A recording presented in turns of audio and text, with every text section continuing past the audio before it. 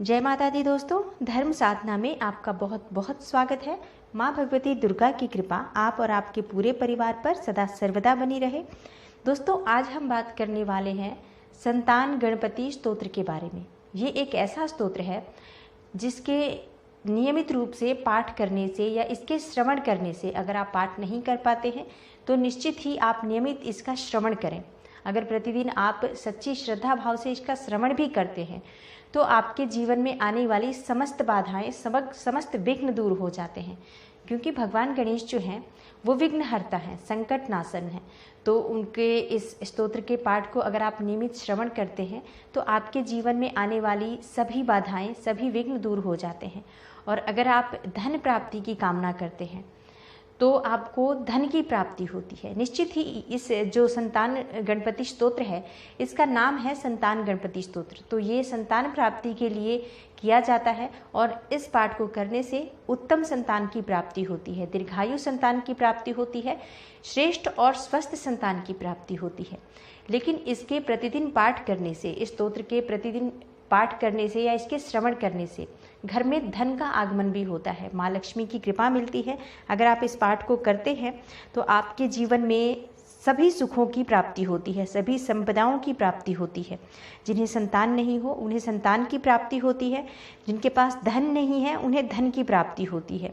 मतलब मनोकामना कोई भी हो, अगर आप गणेश जी की पूजा आराधना करते हैं तो आपकी मनोकामना अवश्य पूर्ण होती है।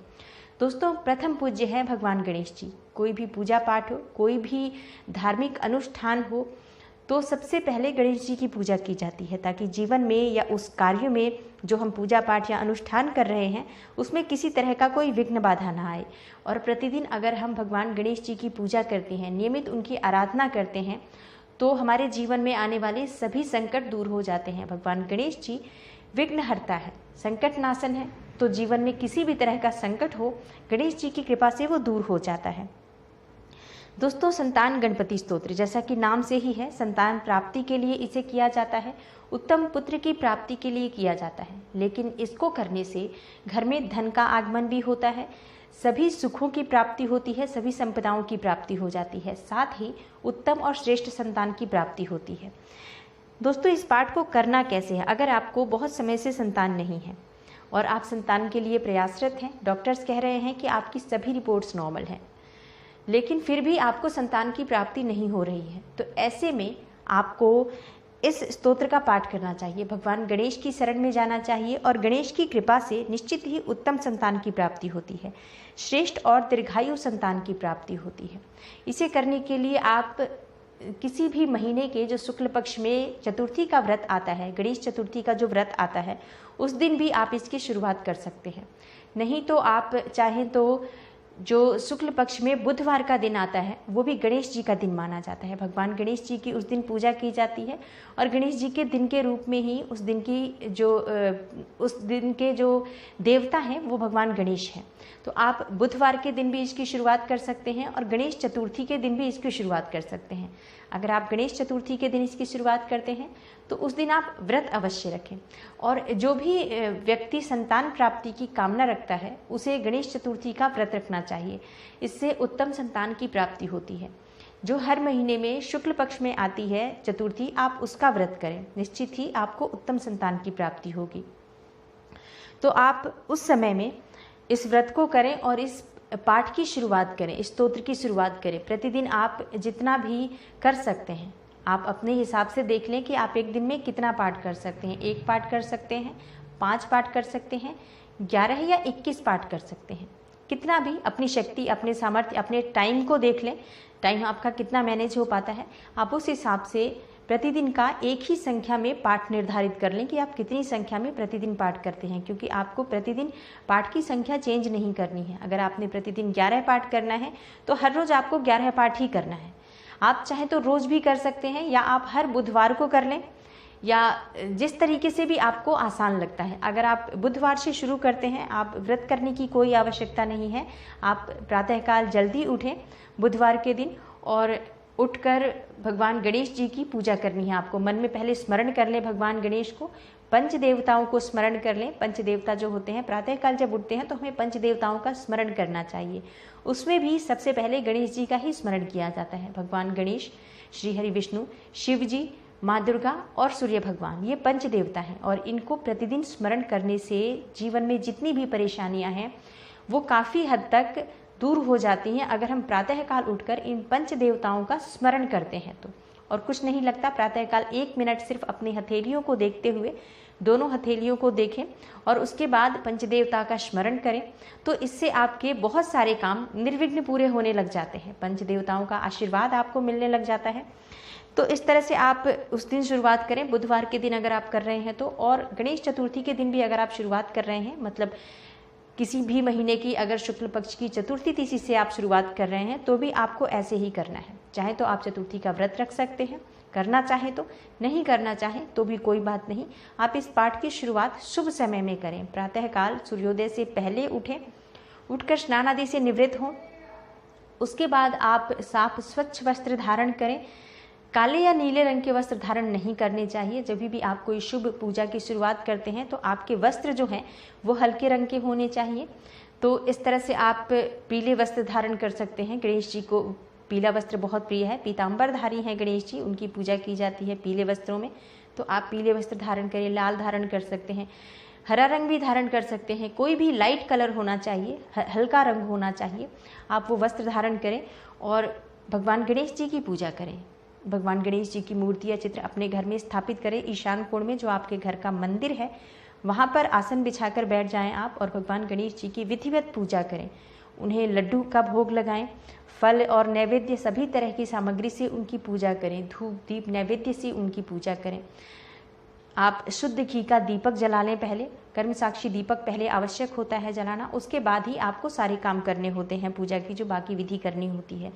सारी पूजा करने के बाद आप हाथ में जल लेकर, पुष्प लेकर, दाहिने हाथ में अपने जल और पुष्प लें और आप संकल्प लें कि आप पुत्र प्राप्ति की कामना से या संतान प्राप्ति की कामना से या लक्ष्मी प्राप्ति की कामना से या आपकी जो भी मनोकामना हो, क्योंकि इस स्तोत्र के पाठ से सभी मनोकामनाएं पूर्ण हो जाती हैं भगवान गणेश की पूजा से। और गणपति स्तोत्र जो है ये एक तरह से गणपति जी की आराधना है, तो आप किसी भी मनोकामना से इस स्तोत्र का पाठ कर सकते हैं।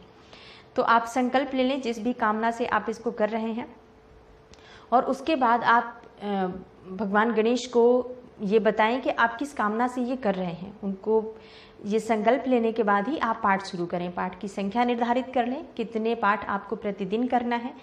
पाठ आपका एक ही समय पर होना चाहिए प्रतिदिन। जैसे अगर आप आज 8 बजे पाठ कर रहे हैं तो कल भी आप 8 बजे ही करेंगे। तो इस तरीके से आप समय निर्धारित कर लें कि सुबह कितने बजे आपको पाठ करना है। प्रतिदिन आप नियत समय पर पाठ करें।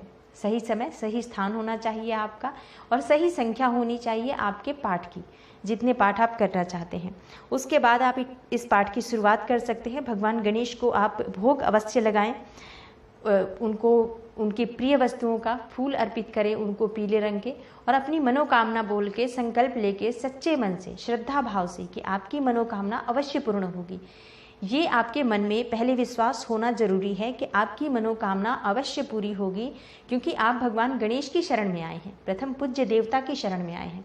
जब तक आपको ये विश्वास नहीं होगा तब तक आपका पूजा में आपकी पूरी श्रद्धा नहीं होगी, और जब तक आपकी पूरी श्रद्धा नहीं होगी तो आपकी मनोकामना पूर्ण होने में बहुत समय लगता है। इसलिए पहले से ही मन में विश्वास रखें कि आप ये जो पूजा कर रहे हैं, जो ये पाठ कर रहे हैं, जो आराधना आपने भगवान गणेश से की है, वो अवश्य पूरी होगी, चाहे समय कितना भी लगे। क्योंकि कहते हैं ना, भगवान के घर में देर है अंधेर नहीं। आप अपनी अर्जी लगाए रखिए, अवश्य पूरी होगी आपकी प्रार्थना। ये सोचते हुए आप इसका पाठ करें। और आप इसका पाठ प्रतिदिन कर सकते हैं, चाहे तो हर बुधवार को कर सकते हैं। मतलब जैसे आपके पास समय हो, अगर आप प्रतिदिन करते हैं जल्दी ये पाठ पूरा होगा और जल्दी ही आपकी मनोकामना पूर्ण होती है। आप बुधवार के बुधवार करते हैं या चतुर्थी के चतुर्थी करते हैं तो आपको समय बहुत ज़्यादा लगेगा पाठ पूरा करने में, क्योंकि कहते हैं ना, पाठ की संख्या जितनी अधिक होती है, मंत्र की संख्या जितनी ज़्यादा बढ़ती जाती है, आपको उसका प्रभाव दिखने लग जाता है। अगर आप कोई मंत्र जाप कर रहे हैं, अगर वो संख्या में 10,000 हो जाता है तो 10,000 के बाद आपको उसका प्रभाव दिखने लग जाता है। इसी तरह से आपको ये पाठ करना है, तो आप प्रतिदिन इस हिसाब से करें कि जल्दी से जल्दी आपकी पाठ की संख्या पूरी हो। साथ ही आप जितने पाठ भी करें पूरी श्रद्धा भाव से करें। जल्दी जल्दी करने के चक्कर में, संख्या बढ़ाने के चक्कर में आप ऐसा ना हो कि आपसे उच्चारण में गलती हो जाए या आपकी भावना भी में थोड़ा सा भी, जैसे जल्दी जल्दी हम करते हैं तो ऐसा लगता है फटाफट निपटा दें, ऐसा नहीं करना है। जितने पाठ आपको पूरे श्रद्धा भाव से करना है उतने प्रतिदिन करें। निश्चित ही भगवान आपकी श्रद्धा देखते हैं, भगवान भाव के भूखे हैं और बहुत शीघ्र आपकी मनोकामना पूर्ण हो जाती है। तो दोस्तों, इस तरह से इस पाठ को करना है। अब जानते हैं कि ये पाठ है क्या। एक बार मैं आपको ये पाठ करके सुना देती हूँ, आप इसे सुन लें। चाहे तो आप इसका प्रतिदिन श्रवण कर सकते हैं। अगर आप प्रतिदिन इसका पाठ नहीं कर सकते हैं तो आप चाहे तो इसका प्रतिदिन श्रवण करें। इससे भी आपकी मनोकामना पूर्ण हो जाती है। भगवान गणेश जी को मन में स्मरण करते हुए इस पाठ को आप श्रवण कर लें प्रतिदिन। इतने से भी आपकी मनोकामना पूर्ण हो जाती है। दोस्तों, अब आइए सुनते हैं कि संतान गणपति स्तोत्र कैसे उच्चारण करना चाहिए।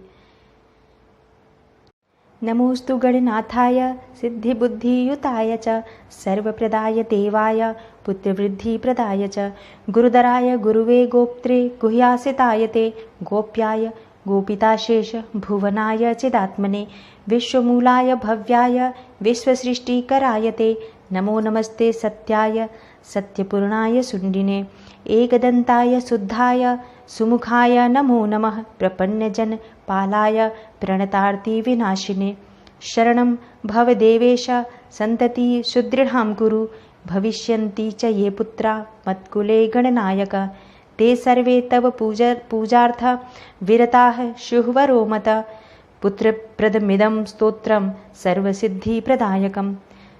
दोस्तों, ये है संतान गणपति स्तोत्र और इस स्तोत्र के पाठ से उत्तम और श्रेष्ठ संतान की प्राप्ति होती है, साथ ही लक्ष्मी की कृपा भी मिलती है। तो उम्मीद करती हूँ आज की वीडियो आपको ज़रूर पसंद आई होगी।